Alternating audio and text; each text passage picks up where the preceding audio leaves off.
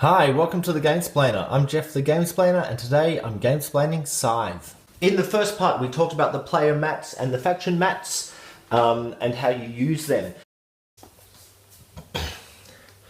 With combat, if I have a mech that moves into a space that is held by another player, we go into combat. The way that combat now works is using these boards. Each player selects how much of their power they're going to use. Power is over here, so at the moment white has 4 power available, yellow has 5 power available. So if both of them select to use all of their power, that's where they will set their boards. They'll then add up to 1 of their power cards to that board. So currently this player is fighting with a power of 9 and yellow is fighting with a power of 8. They won't be able to see that. This is all done in secret. This will then be revealed, showing that white has won that battle. Both players will reduce their power by the number they selected. So if they win or lose, they reduce it by that power. These cards are grabbed back off the sheets and thrown into the discard pile.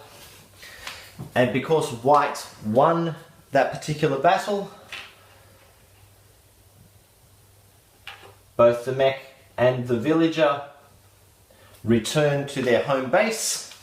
White, because he attacked a space that had a villager on it, loses 1 popularity because he won that battle. And the loser also gains 1 more combat card because they revealed at least 1 point of power or card. White will then take 1 of his stars and put it up in the combat space on the Triumph track.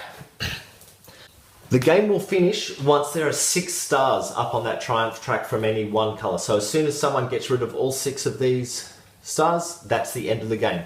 That person isn't necessarily going to win because it comes down to who has the most money, but that's how the game will finish. There are only 2 spaces for combat within the Triumph track. You'll be able to put a star up here if you're able to get your popularity all the way up to 18. Same goes for your power. If you can get your power all the way up to 16, you'll get a star up in the Triumph track as well. Once you've got your star there, your power or your popularity don't need to stay on those particular spots.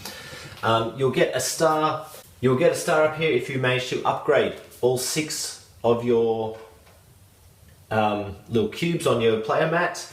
You'll get a star up here if you manage to deploy all 4 of your mechs. You'll get a star up here if you manage to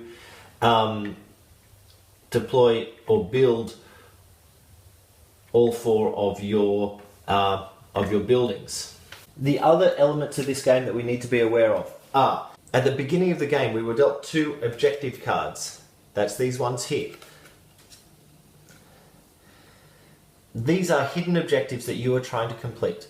So we have the top one here is control the higher ground, or high ground advantage is what they called it, which means that you're controlling at least 3 mountain territories at the end of your turn. So when you get to the end of a turn, if you have this card as one of your 2, at the end of your turn, you flip that over and say, I have completed this objective. Everyone just double checks that you've got 3 of your mountain territories controlled by you, and then you will add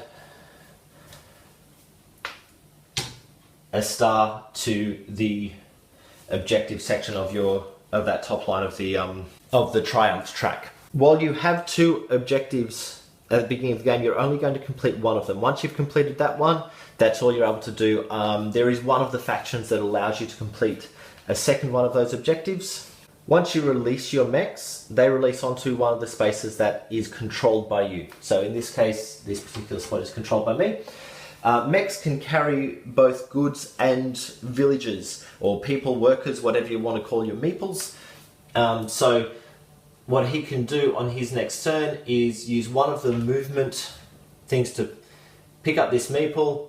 Both of them will move across the water onto an appropriate land type according to the faction mat. The meeple now has his movement that he is able to do, so he can then move to there if he wishes, and when you produce, he will produce goods on that, or resources on that particular space, hex. The character moves in a very similar way to the mechs, except that he cannot carry other meeples with him. So he'll go one there for one turn, he'll have to cross over to the appropriate type of space on his second move. Now on his third move he might move to here. Now what happens when he gets here? There is a token on that spot. That's called an encounter space. So we remove that token to show that the encounter has happened, and he selects one of these cards. These are the encounter cards. On the front of the encounter card, there are 3 options of what's going to happen. So these are encounters with the villagers. This particular one, and this is how you would read it out to other players. You arm wrestle a brute at the local tavern, you buy everyone a round of drinks, or you start a fight and sneak away with the keys to the tavern. Now each of those 3 different options has something that you'll gain, and the bottom one has a really good thing to gain, but you'll lose something as well. So you then choose, do I want to gain 2 power and a popularity? Do I want to gain $2 plus 3 popularity? Or do I want to pay 2 popularity, but I get to build a structure for free? And that's the choice that you'll have to make, depending on which type of game you're playing, because you're only trying to get rid of 6 of the stars, and there's multiple options for what you can do. There's 10 options for what you can do to get rid of those stars. You're only trying to get rid of 6. It might be in your best interest to use this one to build one of your buildings, even though you're going to lose popularity. Once you've made your decision, you take the bonuses, as you see, and place that on the bottom of that particular deck. One of the major parts of this game is fighting for the factory. The factory is this hex in the middle of the board, and what you need to do is get your character into that factory hex. The first player who gets their character into that factory hex will pick up the pile of factory cards and have a look through them. Each factory card is basically, it's an extra space that you'll add to the end of your board, like that, and that then becomes available for you for future turns. I can take that movement, that's the cost, that's what I'm going top row, and there's a gain on the bottom row as well. The bottom row gain on all of them is to move something 2 squares. If you've opened up that extra mech ability, you actually are able to move something 3 squares instead of just the 2. And it's basically like running. The top of each of these cards is where the differences are. So this first one, it will cost you 2 coins, but you'll gain a building plus a popularity every time you use it. So it's a really quick way to get your buildings out onto the board. This one will cost you a popularity, but you'll be able to either enlist or upgrade one of your cards. And these are the top row actions that you're able to do. So they're quite beneficial to your player mats. This one, once again, will cost you 2 coins. You'll gain a mech and you'll gain a power for this particular one. And this one will cost you a coin and a power card. So one of these guys. It doesn't matter which one, you get to choose. So if you've got one with a 3 or even a 2, that's probably the one to use because it's cheaper for you. But you get to produce on 2 of the spaces, just like the produce tile over here. Remembering that the top row action happens before that bottom row action.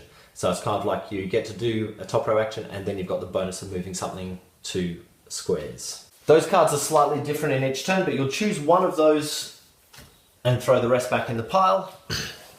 The other benefit of holding control of the factory, other than stopping other people from getting the benefit of those particular cards, is at the end of the game there are points for the number of hex spaces that you control. Controlling means you've just got one of your things, items on that particular spot, be it a building, a mech, a character, or a meeple.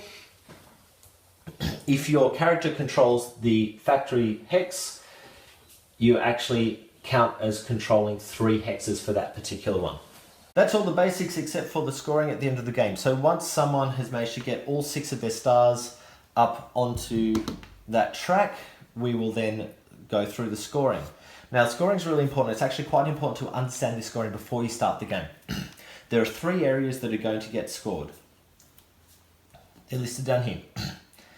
The first one is the amount of resource that you have left, and that is worth coins for every pair of resources or every 2 resources. They don't have to be the same. So at the moment on the board, I've currently got 3 resources, so that's only 1 pair. There is points or money for the number of hexes that you control. At the moment, the white controls 1, 2, 3, 4, 5 hexes, but this middle one here is worth 3, so it's actually would count as 7 hexes controlled by the white player. And the other one is you get money for the number of stars that you have managed to get out onto the board. So obviously the player who causes the game to finish will get scored for 6 stars, everyone else for however many stars they have up in this top section. Now, the issue is that the number of points that you get for each of those 3, or number of monies you get for each of those 3 areas is controlled by where on the popularity track you sit. If you're between 0 and 6, you're getting quite low scores. So you're only getting 1 coin for every pair of resource, 2 coins for every controlled area hex, and 3 coins for every star you've got out. Whereas if you can get up to 13 or above, you're getting 3 coins for every pair of resources, 4 coins for every hex that you control, and 5 coins for every star that you've got out. So it's worthwhile not neglecting your popularity track, because it does make quite a significant difference on the scoring at the end. And the one other card that I have not spoken about yet is this one here. This is a final scoring bonus. This card is slightly different on each game. You can look up in the rulebook what this icon here means, but this one is for a line of buildings. So we have 4 buildings total. If you can get them in a straight line, you're going to get bonus points for this. So if you only have 1 building out on the board, you'll get 2 coins for that. If you can get 2 in a row, you'll get 4 coins. If you can get 3 in a row, 6 coins. 4 in a row will be worth 9 coins. That bonus only gets given to you on the longest run you have, so you can't claim I've got 2 in a row here and I've got 2 in a row somewhere else on the board and get that 4 twice. You only get it once. Once all of that has happened, you will count up the number of coins you have, and the person with the most coins wins the game. If there's anything that you think I've missed, please comment below, and I'll try and rectify the situation with some notes on the video. If there's any comments or suggestions, please also put them below. Please subscribe to my videos. If you have any games that you wish to be gamesplayed, please shoot me an email at thegamesplainer@gmail.com. Follow me on Instagram and Twitter to see what games I've been playing. Go on to watch the 3rd video, which will be a quick playthrough so you can get a real feel for this game as it's actually playing out. Until next time, enjoy gaming.